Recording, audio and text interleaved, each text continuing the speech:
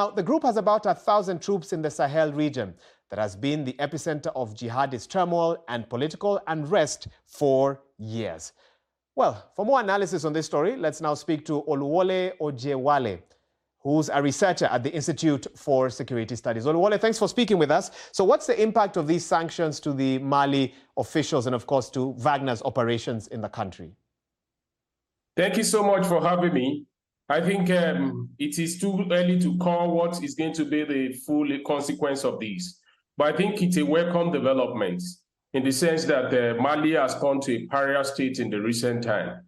But the big question here is the fact is the fact that in whose interest are the sanctions? For the Malian people or for the hegemonic interests of the Western power, particularly the US that is placing the sanction on Wagner at this time around? The reason why I'm saying that is the fact that it appears that the Sahel and some of the countries that are facing this crisis in Africa now are fast becoming the proxy ground for, are fast becoming the ground for proxy war between the Russian establishment manifested through Wagner Group and the Western power, the United States of America. So in whose interest and who is going to be the direct beneficiary of all these sanctions that have been placed on the Malian officials?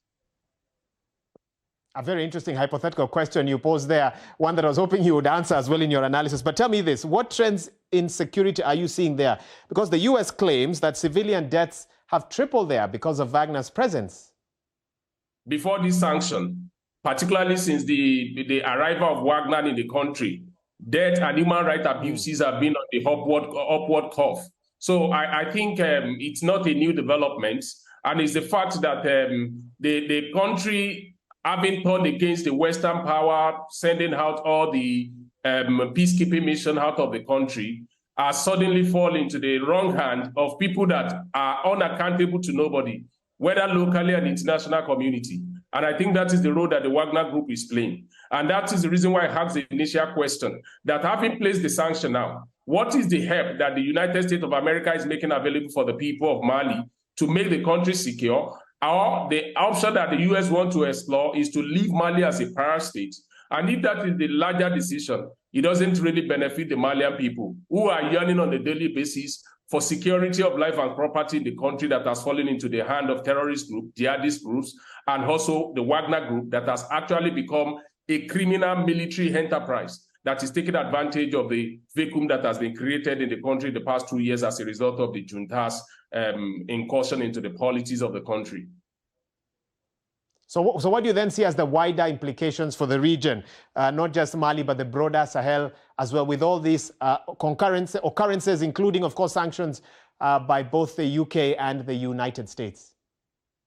I think the first thing is the fact that the Malian military appears to be very weak, and that is the reason why it's looking for external actors. And the Wagner is playing that role now, but in a negative sense. So I see Mali as a baby that is not supposed to be thrown out with the baby bath, with the bath water, that actually needs how much of international support it can garner within the West African sub-region now, and even the external bodies like the Western establishment, Western military establishment.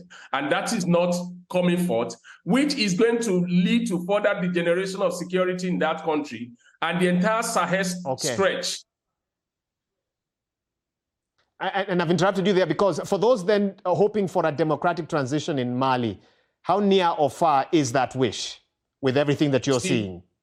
See, this whole development that is happening in Mali, particularly this isolationist tendency of the regime of the junta in the country, is a delay tactics to delay the democratic transition in the country, because they came on the back of the fact that they said the insecurity has degenerated in the country. And to the extent to which this drags, they will continue to use that as an excuse to stay in power. And I think that is the area that the Western power, the United States, the UN, ECOWAS should focus their attention now to ensure that this delay tactics is addressed diplomatically. Okay, thank you so much there. We've had Oluwole Ojewale, who's a researcher at the Institute for Security Studies, joining us from Dakar.